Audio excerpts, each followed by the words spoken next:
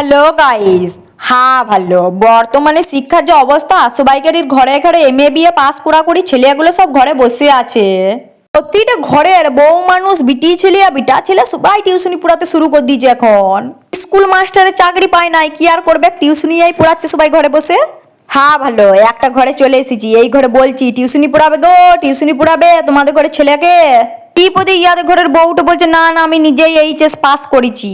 হ্যাঁ ভালো, আর একটা ঘরকে চলে এসেছি, কিন্তু এসে পরে দেখছি এখানে তালা দেওয়া রয়েছে। এখনকার দিনে লোককে বোকা বানানোর জন্য ফলস তালা পাওয়া যায়, ওই জন্য একটু ঠুকোঠুকি করলাম, টানলাম, দেখো তালাটা তাও খুললো না কেউ, পালালাম বিরক্ত হয়ে, কি আর করব।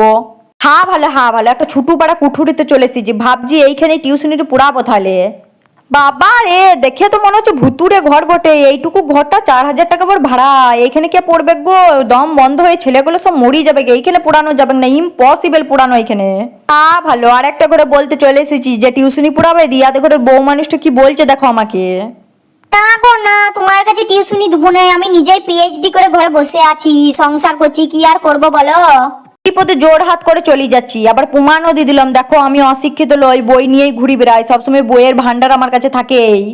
পড়বেন নাই তো পড়বেন নাই, অত খুশামদ্দি নাই বাবা, মুখটা ঘুরাই, দেখো ইয়াদের ঘর থেকে চলে গেলাম, একবারই মুখটা ঘুরো হয়। ভালো, এই গাছতলটা এসে বড় বসলাম, প্রকৃতি থেকে জ্ঞান লাভ করবো এখানে বসে বসে। মনোযোগ দিয়ে প্রকৃতিকে দেখছি যে কি জ্ঞান পাওয়া যায়, কি জ্ঞান কুড়িয়ে নেওয়া যায়। হ্যাঁ ভালো, আজকের মতো টাটা গাইস, দেখা হবে, গেলাও আরো পড়তে বসতে হবে, আরো শিক্ষা লাভ করতে হবে আমাকে।